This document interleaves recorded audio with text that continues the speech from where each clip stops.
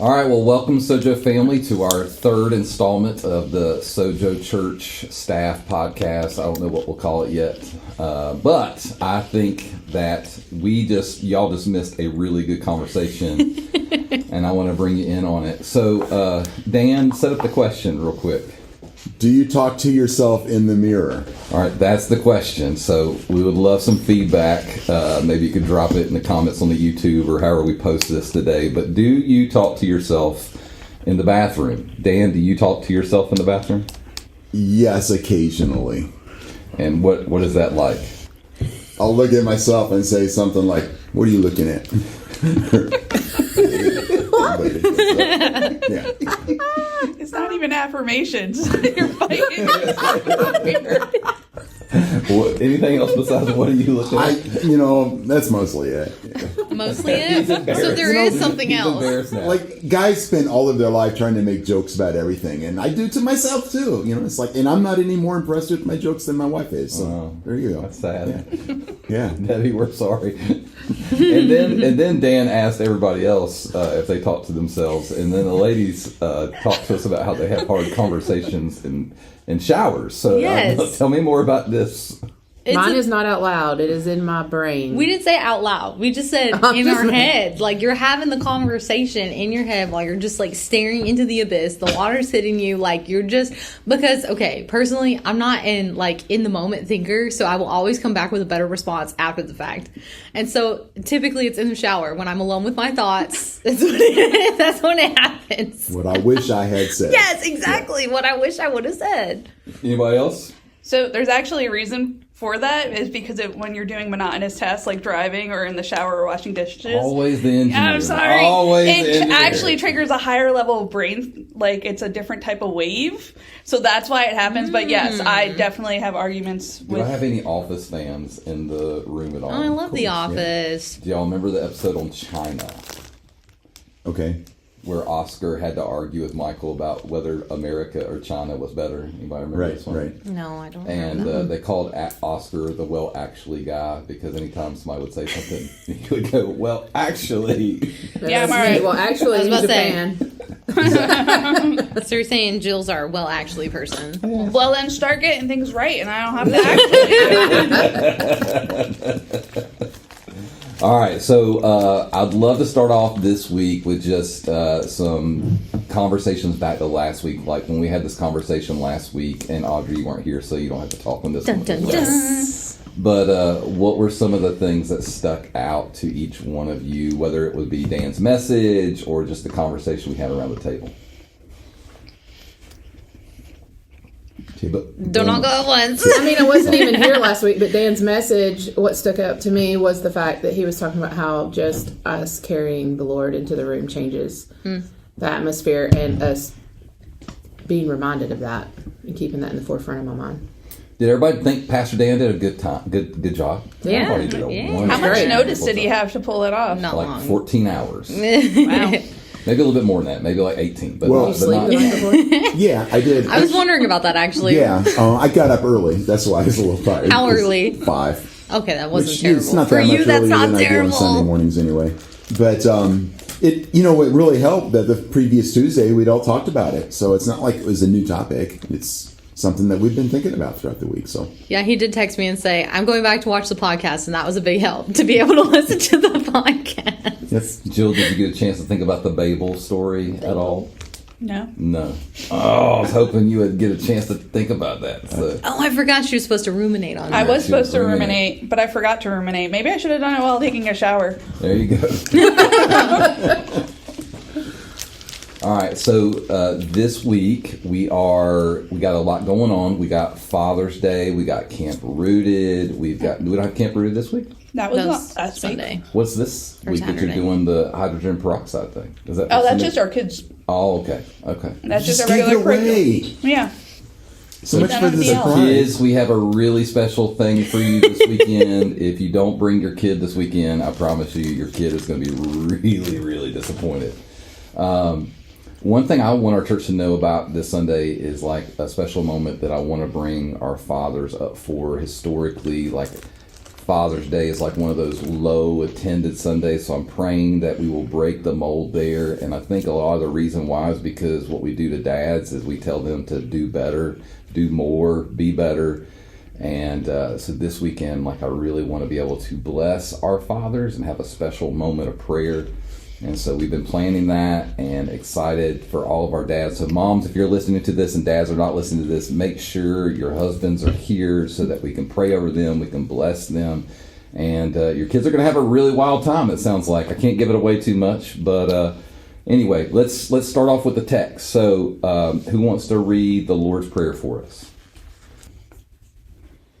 All right. Who wants to read the Lord's Prayer for us? I can read it. Therefore, you should pray like this. Our Father in heaven, your name be honored as holy. Your kingdom come, your will be done on earth as it is in heaven.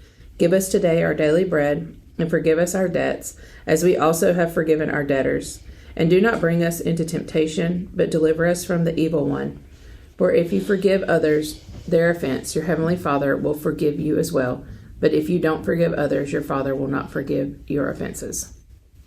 All right, so read 12 and 14 together. And forgive us our debts, as we also have forgiven our debtors. For if you forgive others their offenses, your heavenly Father will forgive you as well. But if you don't forgive others, your Father will not forgive your offenses. Okay, and who wants to read Romans 12, 1 through 4, and then emphasize verse 3? I can do that. And so, dear brothers and sisters, I plead with you to give your bodies to God because of all he has done for you. Let them be a living and holy sacrifice, the kind he will find acceptable. This is truly the way to worship him.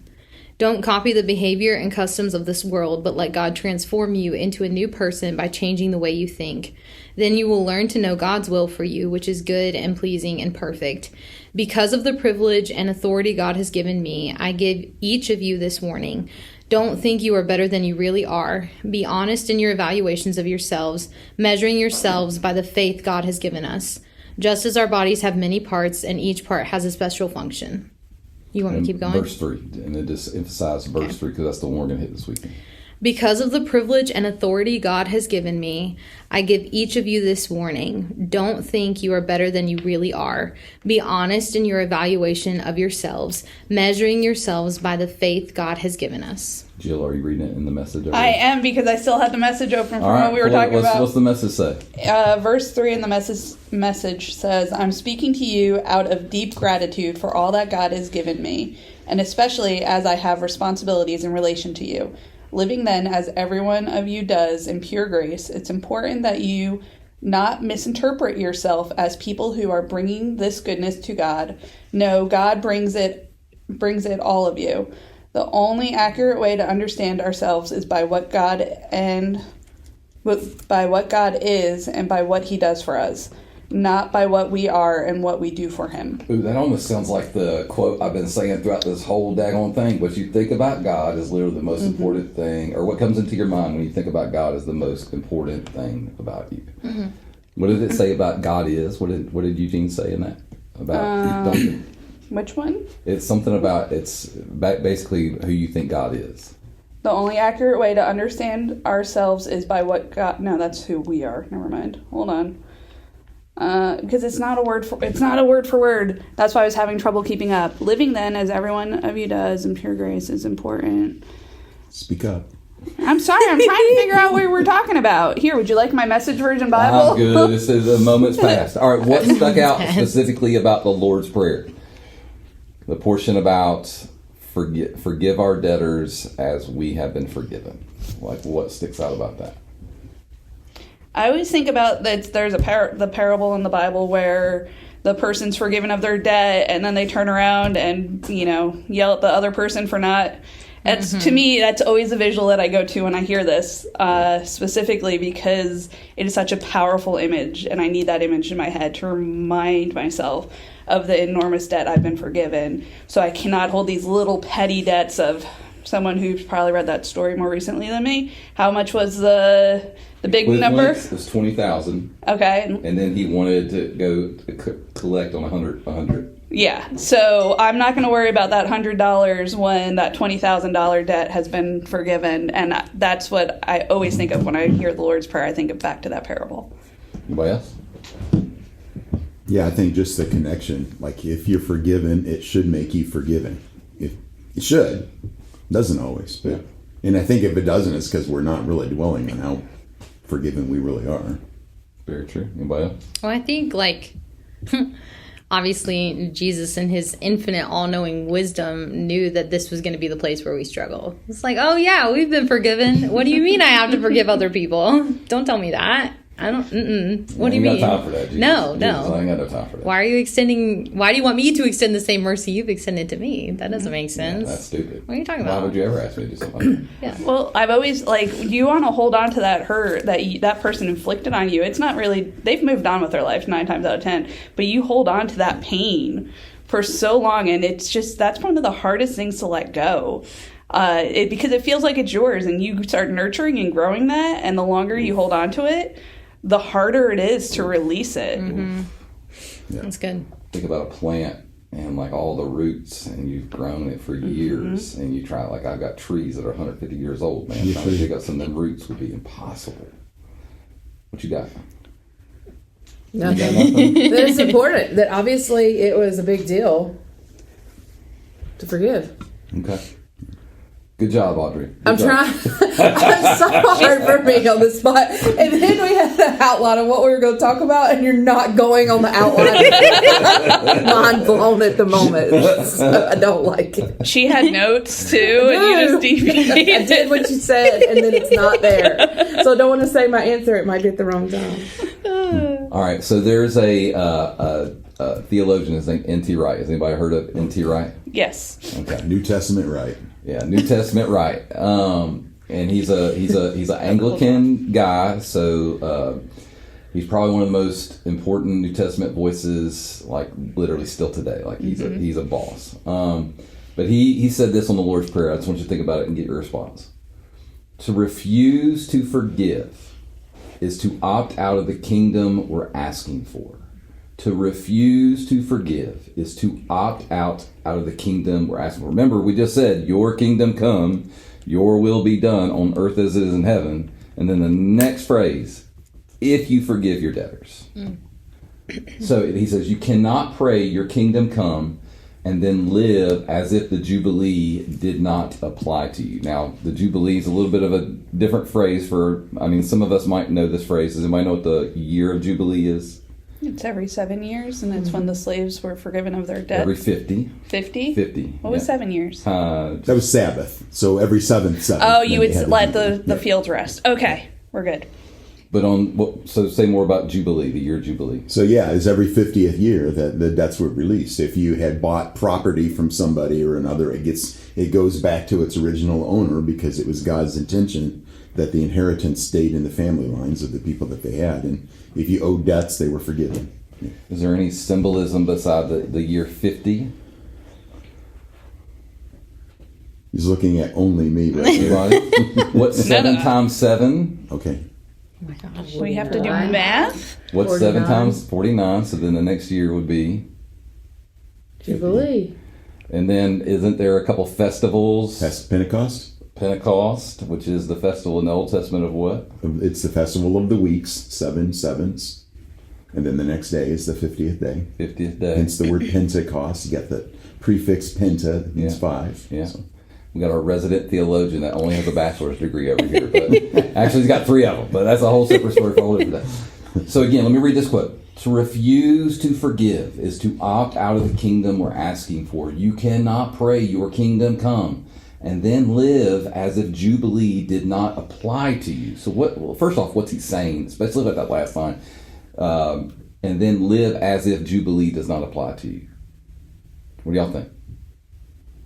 Like you're an exception to the rule. You can't live like you're an exception. Okay. We all have Say to more. do the same thing. What's we the- all need to be forgiving. Okay. What else? What do y'all think? I'm still trying to wrap my mind around this Jubilee thing, so I'm trying to put 2 and 2 together. Okay. So Jubilee is a year of freedom. Everything's been released. There's no debts held against you. All the slaves have been freed. It's supposed to be a year where they celebrate like just God's goodness and his mercy, and then releasing everyone of all debts, everyone of all things that they can hold against them. Now, Dan makes an interesting point. You never read about a year of Jubilee in the Old Testament. You never read about it. Like, there's never one reference where you actually see that they practice this. I'm not saying they didn't. I'm just saying that you never read it specifically in the scriptures, that they declared a year of Jubilee, and then this freedom happened, and this freedom happened, and this. You never read about it. That's a whole separate point for a whole different story. The idea is this kingdom thing where, like, heaven on earth. Again, we go back to the garden, all these things like this. So read what that thing. You cannot pray your kingdom come and then live as if the kingdom coming to earth does not apply to you. How does that connect more? That's just, it's overwhelming, I think. Because it's like, why bother praying the prayer if you're not going to forgive people? If you basically just deleted what you said because of your unforgiveness. Who doesn't want God's blessing in their life? Nobody, right? Everybody wants to be blessed by God. And he's saying in this moment right here is like, if you want blessings from the Lord, then forgiveness has got to be one of those key aspects of your life. Thank you for that, Audrey. I wish we had a video. Audrey's mocking my hand movements. Yeah, I know what you're talking about. So what does that statement do to y'all? That if you don't forgive, you're opting out of kingdom. You're opting out of the kingdom. Does it make you think about somebody that you need to forgive? Does it make you want to, like, what's going on in your head? If you're not forgiving, who it is. You better figure out who it is and get them forgiven. Yeah. I mean, this whole idea of not practicing Jubilee, I mean, it seems like that's saying one of two things. It's saying that the land that I bought from somebody that now is supposed to go back to them, I'm going to squat on it, and I'm going to stay on it. It'll be stolen land. Or the slave that was supposed to be set free that I didn't set free. It's when we live in unforgiveness, we are stealing from other people. And God's kingdom really isn't made up of thieves. Right? That's good. Anybody else? What's the devil's advocate to this? The devil never needs an advocate. I hate that phrase.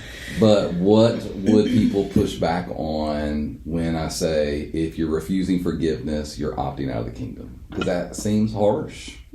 Because people have been really wronged. Well, I think like it instantly goes to the mindset of, but this isn't my fault. This happened to me. Mm-hmm. So why are you telling me that I need to do this thing when really this person should be coming to me asking for an apology? I'll forgive them if they come to me and own up to what they did. But what do you mean, like, just forgive them whether they realize they're wrong or not, And I think that's ultimately like the first go-to. Somebody else.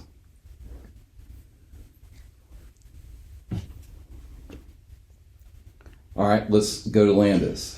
We did this whole thing called Grace Marriage, and Grace Marriage said, are you going to have a marriage of grace or a marriage of performance? And so what Landis is describing, like, Dan wrongs me, and I'm not going to forgive Dan until he comes to me and asks for forgiveness.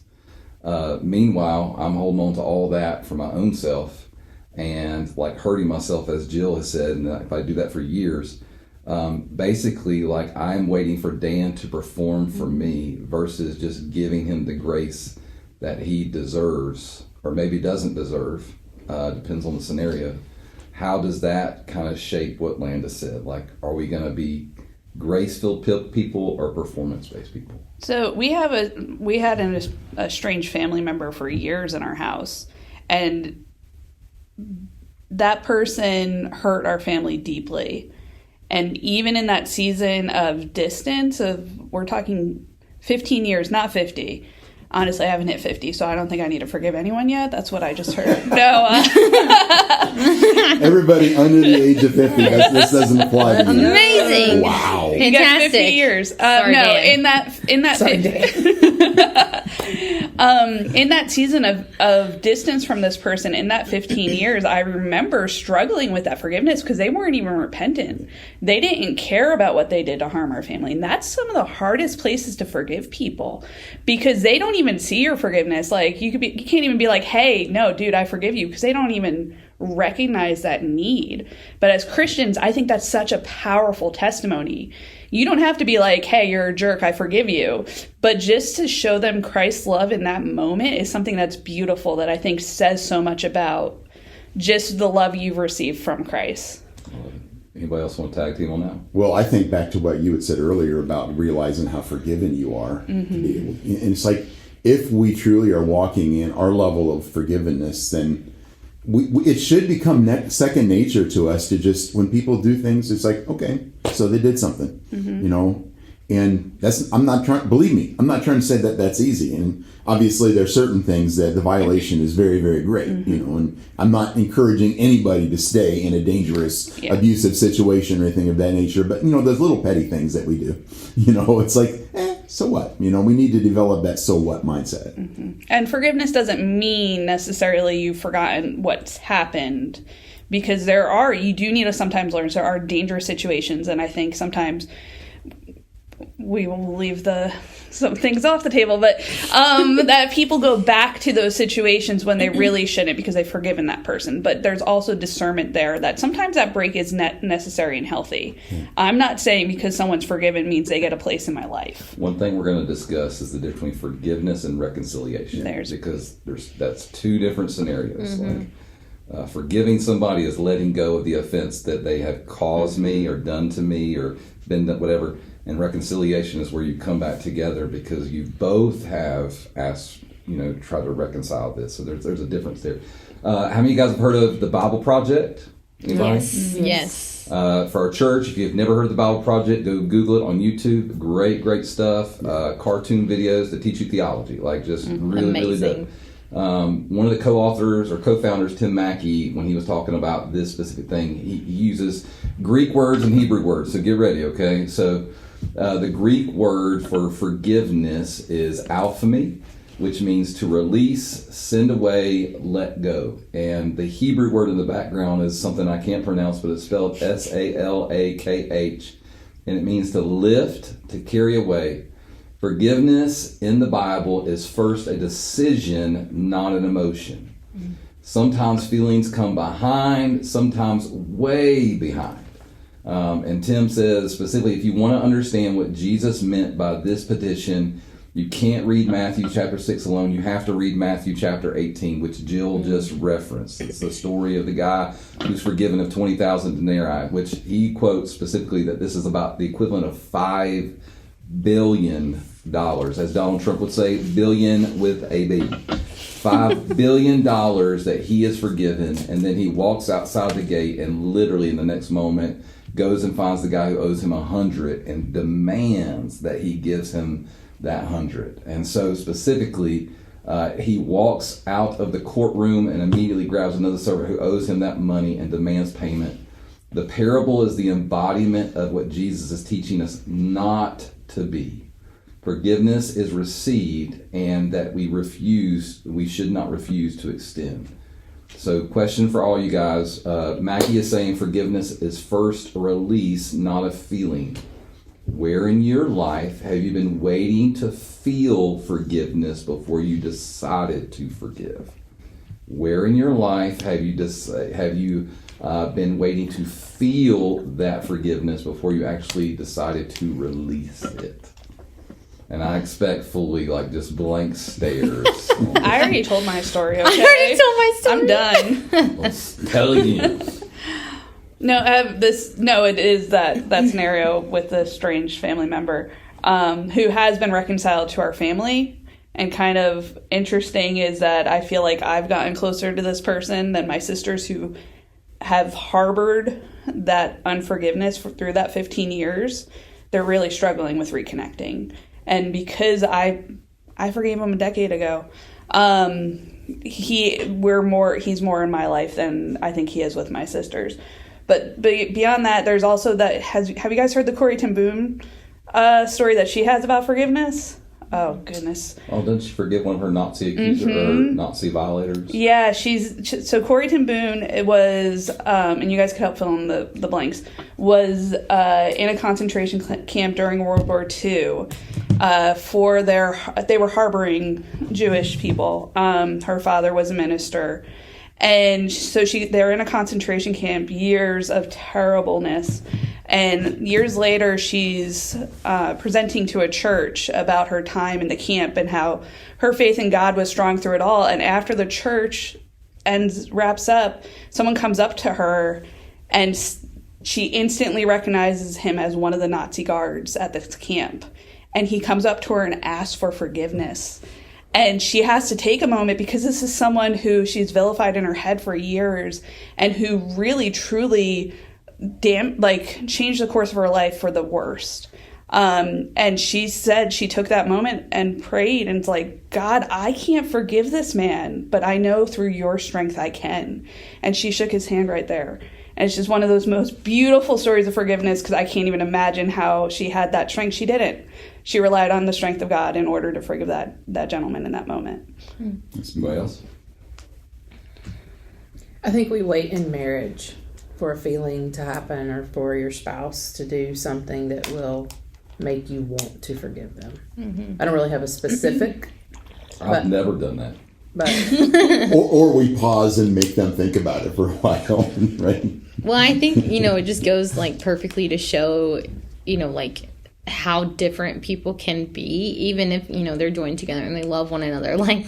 This sounds so terrible, but Bryson and I, even we have almost two different approaches of how we argue, for lack of a better term, or how we handle conflict. And so when he's ready to, be forgiven and be shown love, I'm still kind of at my boiling point because I'm that person that I don't go from just 0 to 65 to 0. I stay at 60 for a little bit just to be honest. And so, it really is, you wait until the right time, or you're like, well, I don't feel ready to let go of this yet. Instead of just saying, oh, well, the Lord loves me and he has forgiven me. I need to forgive this person. So that sounds like some Ned Flanders stuff right there. The Lord loves me and I'm going to forgive them. It's very hard in that moment, when you're feeling that heat and that anger and that vile. But how do we overcome that? Sometimes I have to say the words even when I don't mean them, and that's enough of a trigger, especially in my marriage. Because, no, we totally argue the same way. We've been married 18 years this Sunday. Father's Day is our anniversary. But I'll sometimes take a moment and I will be holding on to it. Daniel can tell. And it'll be I need you to tell me that you forgive me. And I will be fine, I forgive you. And in that moment of saying those words, it actually happens. I still sometimes might be a little bit grumpy and need a snack to get over it. But that just saying those words is sometimes the catalyst I need to actually change my heart. That's good. Anybody else? You're asking about situations and around SOJO, I've talked before about the 8 years of depression that I went through. Just the darkest place I could ever be. And it was all because of unforgiveness. 100% because of unforgiveness. And I hated the person. I hated everybody that looked like the person, which was really unfair to those people, But I realized at the end I wasn't hurting them. They didn't even know. I'm sure they knew, but they didn't really care that much. I was only hurting myself. And they say that unforgiveness or bitterness is a poison pill that we take in order to kill someone else. And it's obviously we've ingested the poison, and I was living and bathing in poison. And it wasn't until I was able to really, truly forgive. And believe me, I tried multiple times throughout those 8 years. I tried to forgive. But honestly, until you are seeking that person's blessing, I don't think you really have forgiven them. And I realized I had to get to the point where I was praying for God's good work in their life. What was the quote you just said? Help me out. The poison pill. Oh, yeah. Bitterness is a poison pill you take hoping to kill someone else. That is... You that's like good. that one? Yeah.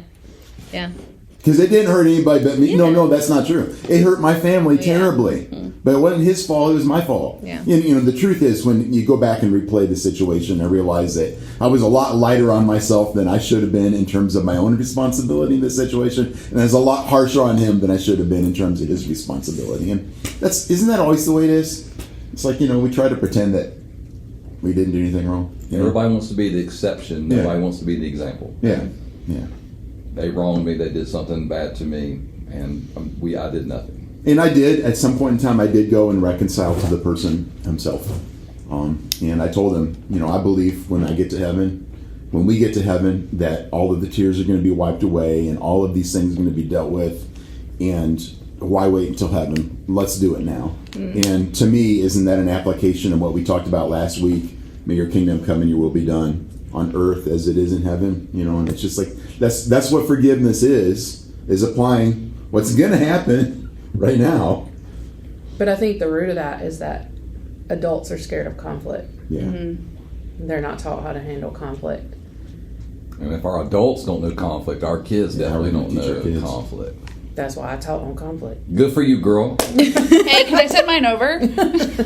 All right, the last person I want to bring up is a guy by the name of John Mark Comer. I know you guys. Who's that guy? Never heard of that guy. He wrote the book Practicing Away, and he wrote a sermon called Transform or Transmit. Transform or Transmit. And the principle is this: unhealed wounds get transmitted, healed wounds get transformed. And he says, specifically talking about forgiveness, you'll either transform your pain or you'll transmit it, which is what Dan just said. He transmitted his pain to himself, he transmitted his pain to his wife, to his kids. There's no third option, he says. The unhealed wound becomes the next generation's inheritance. Yeah. The unhealed wound becomes the next generation's inheritance. And I think this is why this conversation matters more than we can even imagine, is because a lot of you guys listening have children at home, or you have grandchildren. And so the debt that you refuse to release isn't just sitting in your hands, it's being handed down to your kids or your future kids. It's being handed to your spouse. It's being handed to the next person you meet on a bad day. And as we think about Father's Day, this is a sentence we got to feel, because most of us are still working through our wounds. Our dads did not transform. They just passed them down to us. And now we get to decide, am I going to be the one in my line who transforms, or am I going to be the one who transmits? Kind of just like the same thing for the thermostat. Are you going to be the one who just receives and responds, or are you going to be the one that actually takes action and sets the temperature? So question I have for you guys, Comer says there's no third option, transform or transmit. What wound are you working through right now that was transmitted to you? And what would it look like to be the one in your line who transforms it instead of pass it on? I got a dad who shot himself. That's a wound. I got a daughter who's never met her grandfather. I got one picture of her grandpa holding her granddaughter. And I talked to another kid yesterday at our Bible study who doesn't have a dad. He just found out that he's pregnant. And he's not pregnant. That is cool. Ooh, okay. Like the news. His wife is pregnant, and he came into it, and he was despondent. I mean, just like somebody killed his dog right in front of him. And the reason why he was this way wasn't because he wasn't excited about being a dad. It was more about because he never was shown how to be a dad. His dad was never there for them. And he was freaked out that he won't be there for his kid. And so again, what wounds are you working through right now that were transmitted to you? It doesn't have to be a father wound. That was just mine. But what wounds are you? I wish you guys could see the looks. Everybody's so excited. Nobody wants to say anything. Nobody's making eye contact with me. Nobody's Don't making look, don't look. You can't stare into your soul if you don't look. Wow.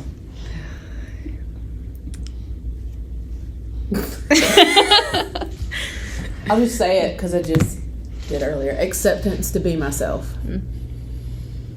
Say more. no matter How's that about? what. What's the Just transmission? What was the transmission that transmitted you to feel that?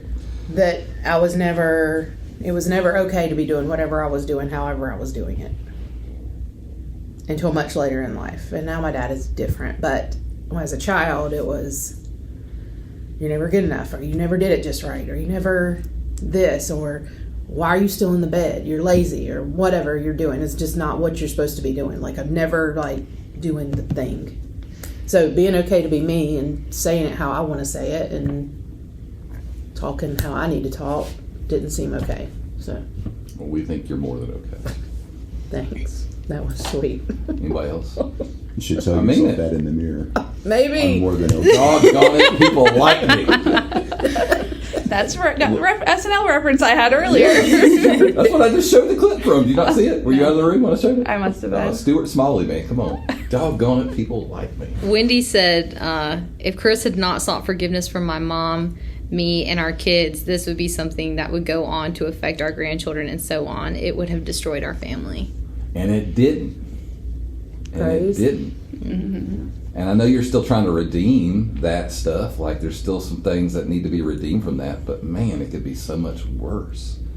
I mean, think about their story. Good gracious. And that really brings up the other side, because up until now, we've kind of largely been talking about forgiving others. But we need to seek forgiveness. We need to, when we've done something wrong, we need to acknowledge it.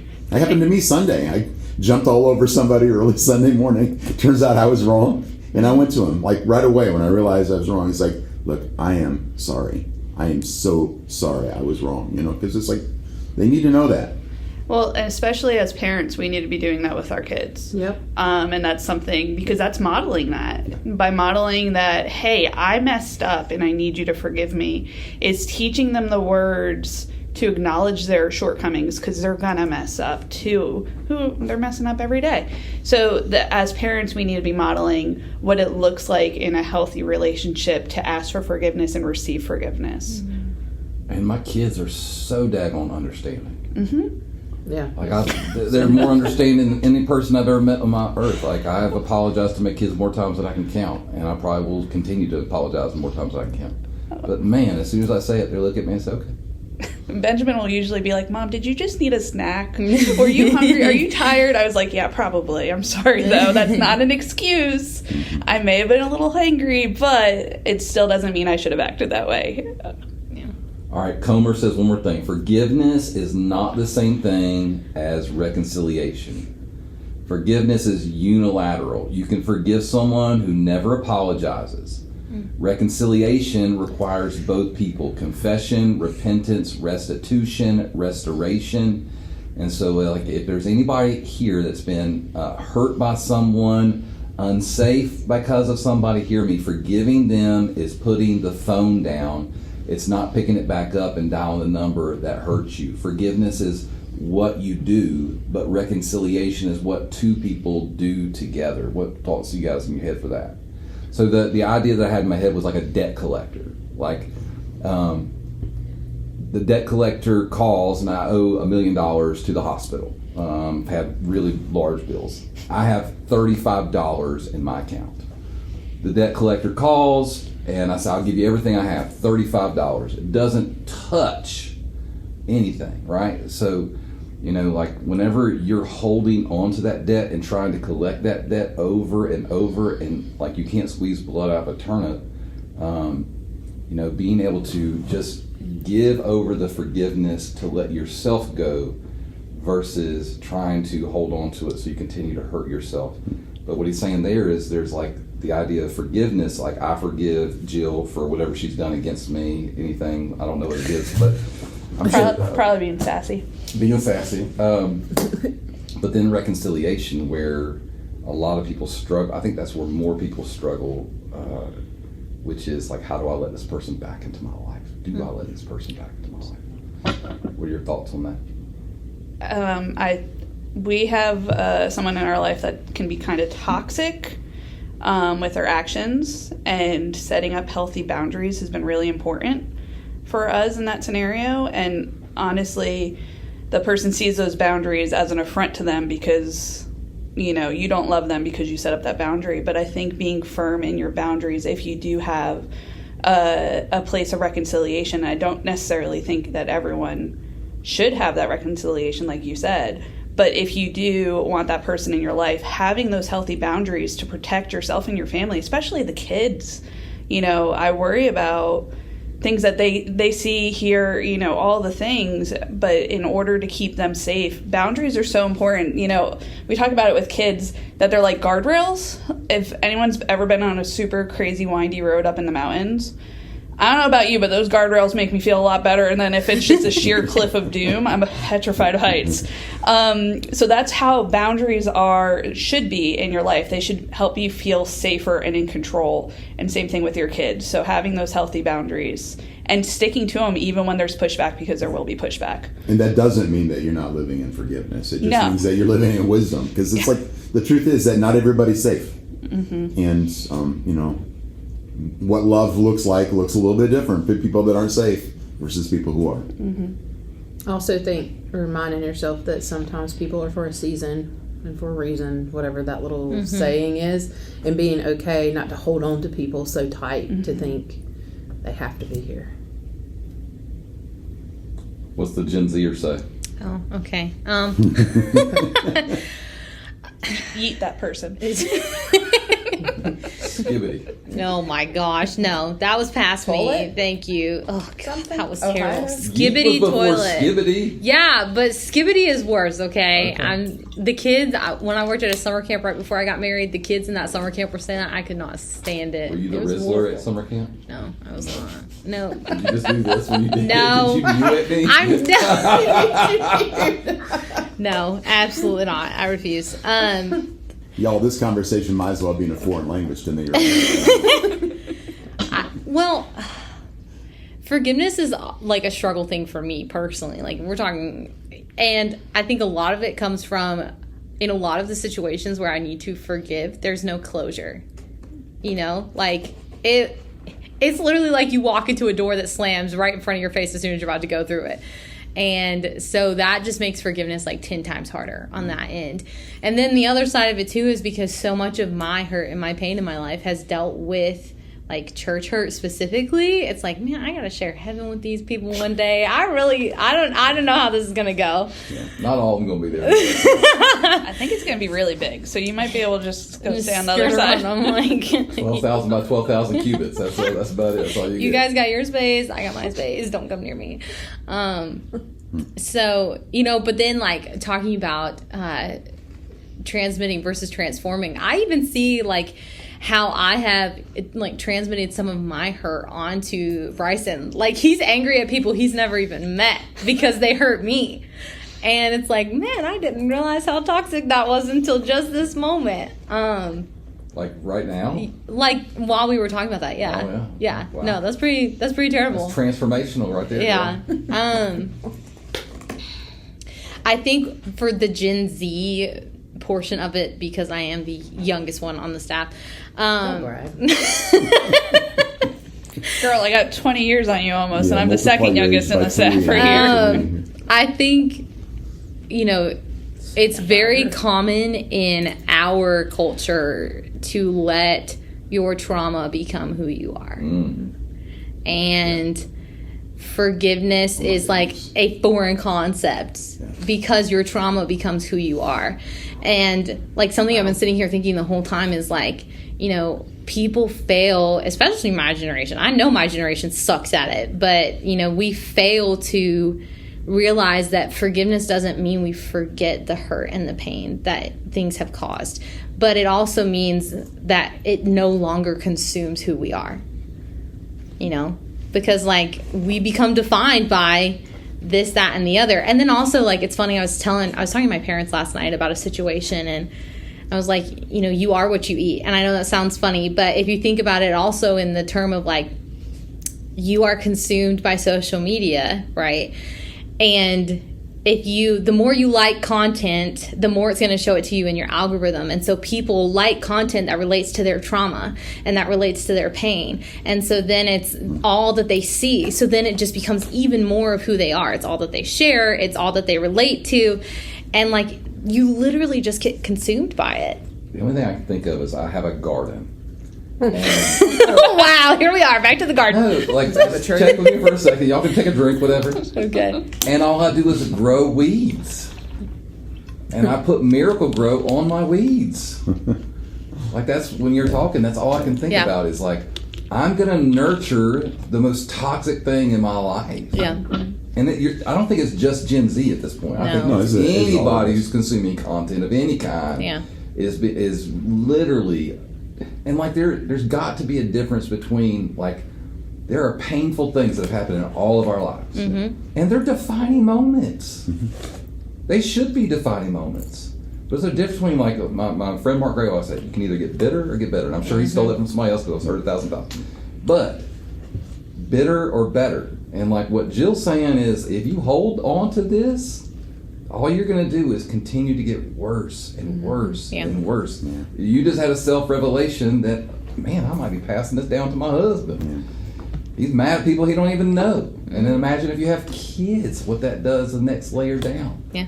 Dan's talked about something that he held on for 8 years. You got any regret about that?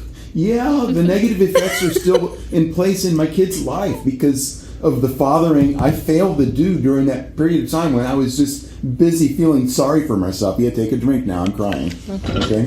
Yeah. Yeah. And that was the hardest part in forgiving myself, was because, I dealt with that issue. Okay, it was also hard forgiving God because it's like, God, you could have kept me from going into that. You could have stopped that, and you didn't. And so that was hard for me to work through. And I've worked through that. I have. But the hardest thing was what I did to my kids because of my unforgiveness. And that's, we can't, like you were talking about, our trauma becomes our identity. You can't do that if you love other people. If you love them, you will get healed. You have to. What's the verse in John? You can't hate people and love God? Yeah. I don't know which verse that is, but yeah. It's definitely in there. I don't know which book or what verse. I do think, chapter, which book. I think that there's an important distinction too to make, that when you're talking about like it becomes who you are, those moments, like you said, are defining moments and they do shape you, but it's not like, you have that choice. Do you live in it and every response that you have to something is, well, this happened to me and like this is who I am because of this situation? Or is it like, okay, this shaped me, so I put healthy boundaries in my life? Or, like whatever the other action is. Not that it's all that you are and it shapes literally how you interact in everyday life. I think that's important to make that notice. But is your identity coming from that or Christ? So did you lose your identity in Christ from the trauma? No. Like, you still have to go back to what your identity is and let that work through it. The incredible thing, to bring it back to the gospel, because I think that's a great, like, closing moment right there. The thing I go back to the idea of remnant. In the Hebrew scriptures, over and over, it feels like everything's over, all is lost, and then God always has a remnant.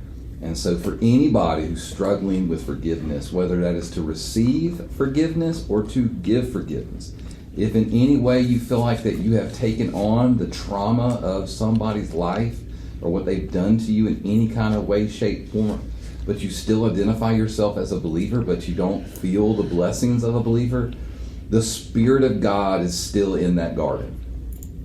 And He can dig out and root out those weeds in your life if you'll let Him. Have to be willing. And then that Miracle Grow is all for you.